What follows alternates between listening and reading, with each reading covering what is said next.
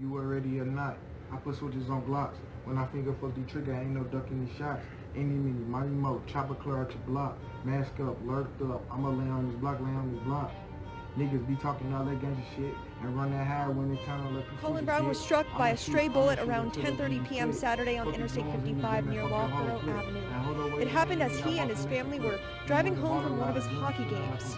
After Colin was shot, his father continued driving to the area of South 4th and Walnut Streets, where he was met by police and EMS. Emergency responders then rushed Colin to a hospital where he was in critical condition for days. It is with a heavy heart that I share with you that 16-year-old Colin Brown has died after being shot by a stray bullet on Interstate 55 Saturday night. He died earlier this afternoon. Colin's family has asked that I relay a message to the community about his passing. His family has expressed their deep appreciation for law enforcement, the hockey community, and those who loved Colin. The Destructive Path of Garrett Jordan, aka YELLOTAPE. What we know about the documented KOUNT BOYZ gang member charged in Colin Brown's death. Garrett Jordan is a documented gang member and aspiring street rapper affiliated with the KOUNT BOYZ, a criminal street gang based in North St. Louis. Known as an assassin and drug trafficker, Jordan operates mainly in St. Louis City and North St. Louis County. His weapons of choice, a Glock equipped with a full auto switch and a fully automatic AR-15. Jordan is feared on the streets, and many of his alliances with other criminal gangs are rumored to be built on that fear. In addition to his membership with the KOUNT BOYZ, Jordan is connected to several other gangs. Among them are the Six Gang, a deadly group in the Walnut Park neighborhood potentially linked to the recent murder of a 15-year-old rival gang member, and another Northside gang infamous for recruiting a 13-year-old boy, an act they brazenly flaunt on camera as reported by Jason Rivera on X. On December 20, 2017, Garrett Jordan was indicted on one count of possession with intent to distribute heroin, to which he pleaded guilty in July 2018. By October of that year, he was sentenced to time served, but just 2 months after his release, on December 25, 2018, Jordan encountered Maurice Lee, the leader of a rival gang, at a gas station in Ferguson, Missouri. Jordan opened fire on Lee's vehicle, but missed, instead striking an innocent bystander who was pumping gas. The victim, an unidentified man, was hospitalized in critical condition following the shooting. At the time, Lee was out on bond for an incident in St. Charles, Missouri, earlier that year, where he and Marcus Futrell carjacked a Good Samaritan. About 4 months after Jordan's attempt on his life, Lee was indicted by federal authorities in a RICO case, along with a co-defendant, Juan Gonzalez, who's tied to the Sinaloa cartel. In a proffer statement, Lee detailed, among many other things, the ongoing deadly conflict between his gang and the KOUNT BOYZ. Despite Jordan's involvement in the Ferguson shooting, no charges were ever filed. A month after Maurice Lee's indictment, Garrett Jordan was indicted for being a felon in possession of a firearm.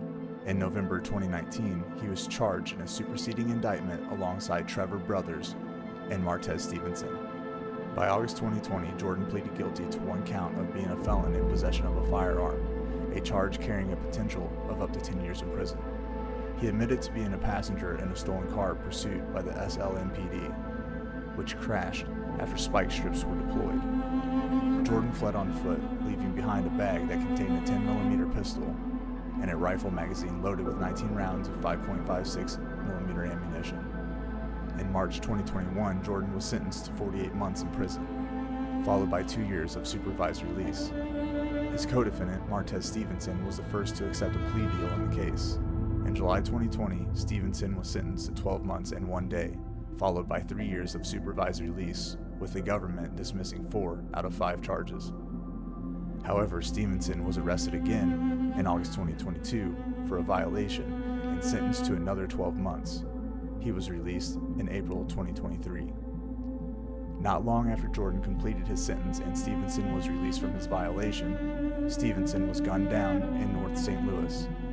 While police have reportedly never identified a suspect, Jordan is widely rumored to be the shooter. Allegedly, Jordan believes Stevenson had cooperated with the federal authorities in the 2019 case.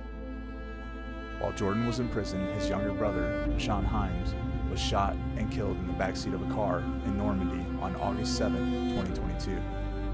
Hines' death intensified the already violent gang war in St. Louis. The police never apprehended the killer, but Jordan made it clear that anyone connected to, or even mentioning his brother's death, would face deadly consequences.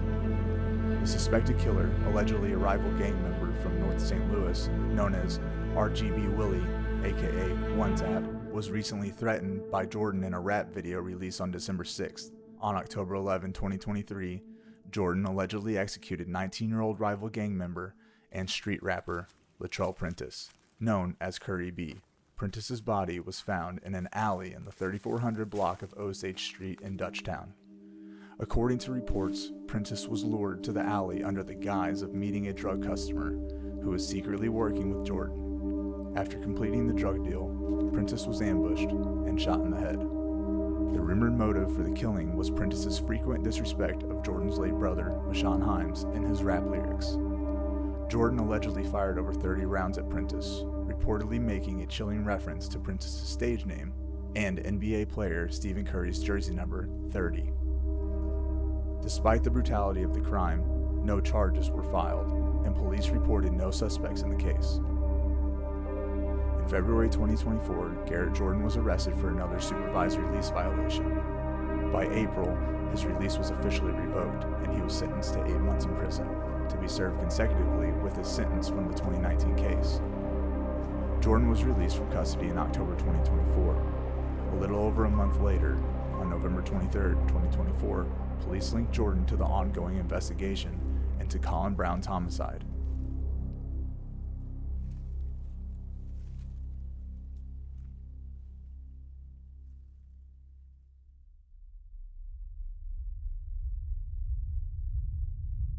A probable cause statement revealed that Christopher Taylor and Carl Andrus had gone to downtown St. Louis on the night of November 23rd to purchase cocaine. After the transaction, they returned to Taylor's residence at 5615 Minnesota Avenue, near I-55 and close to the site where Colin Brown was shot. At Taylor's residence, the two distributed the cocaine they had just bought. Investigators also discovered that Jordan had been living at the same address. After distributing the drugs, Andrus left Taylor's residence, armed with a handgun the entire time. Surveillance footage seized by investigators showed a dark Audi parked in front of 5615 Minnesota Avenue shortly before the highway shooting and returning there afterward. Moments before the shooting, the Audi was captured on video following an unidentified male victim onto I-55. According to the victim, he was shot while entering the interstate after leaving a residence on Minnesota Avenue. Investigators recovered over 20 cartridge casings from the scene, both handgun and rifle rounds, indicating multiple shooters. The weapons used were likely fully automatic. A search warrant for Jordan's phone revealed that it had been in the Audi before, during, and after the shooting. Additionally, the Audi's license plate was traced to an address owned by Jordan's relatives. During questioning, Jordan admitted the phone belonged to him and that no one else had been using it, further implicating him. Jason Rivera posted a screenshot on X showing Jordan sitting in the back seat of the Audi with another known shooter and street rapper C4 Murda in a rap video. Tragically, Colin Brown is believed to have been killed by a bullet fired from the Audi, with investigators identifying Garrett Jordan as a suspected shooter. Jordan has been arrested and charged with 6 offenses, including first-degree murder, shooting at from a motor vehicle resulting in death, and 3 counts of armed criminal action. Investigators believe the highway shooting is tied to Jordan's drug trafficking operations. On December 13, multiple suspects were charged with drug distribution and related crimes. The day before, authorities executed a search warrant at 4241 Chippewa Street, where they apprehended Melvin Jenkins, Calvin Owens, and Alexandra Taylor. Jenkins, who owns the property, resides there with Taylor and their 2-year-old child. Police seized approximately 190 grams of narcotics hidden within the walls, which lab tests later confirmed to contain fentanyl and cocaine. Officers also confiscated several firearms and a phone from Owens, which contained text messages regarding the drug sales. Owens admitted to living at the residence and claimed ownership of an assault rifle found under a couch. Investigators have not yet confirmed whether any of the firearms were used in the November 23rd shooting on I-55. The day after the I-55 shooting, While Colin Brown was in the hospital fighting for his life, at least 80 rounds were fired near the Dome at America's Center in downtown St. Louis. The chaotic scene spanned 2 blocks in Columbus Square. The shootout left 2 East St. Louis residents, Damon Lawson, 26, and Darian Abrams, 20, dead. Witnesses described hearing what sounded like a machine gun, and St. Louis Police Chief Robert Tracy confirmed that shots were fired from a vehicle. While some neighbors suspected a home invasion sparked the gunfire, the exact circumstances remain unclear. A week later, a 17-year-old was shot by a man driving a dark sedan in the same Columbus Square area. Police have not released any details about this shooting. However, certain indicators including reports of machine gun fire, a high volume of shots, an uptick in drug activity on Carr Street, and Jordan's known connections to drug trafficking in the area suggest the possibility of Jordan's involvements in these downtown St. Louis shootings. Garrett Jordan's disturbing path of death and destruction has finally culminated in the tragic death of Colin Brown, a 16-year-old CBC hockey player and beloved son of a retired Illinois State Police officer. For years, Jordan's criminal activities were ignored, his escalating violence unchecked. Why did it take the death of a young man like Colin, a child of promise with his whole life ahead of him, for the system to act? Colin Brown's story won't simply fade into the background of St. Louis's violent statistics. Let his name echo not just in grief, but as a call to action. Public safety isn't a privilege, it is a basic right. And until justice is swift, consistent, and thorough, no family, regardless of their profile, will ever truly feel safe.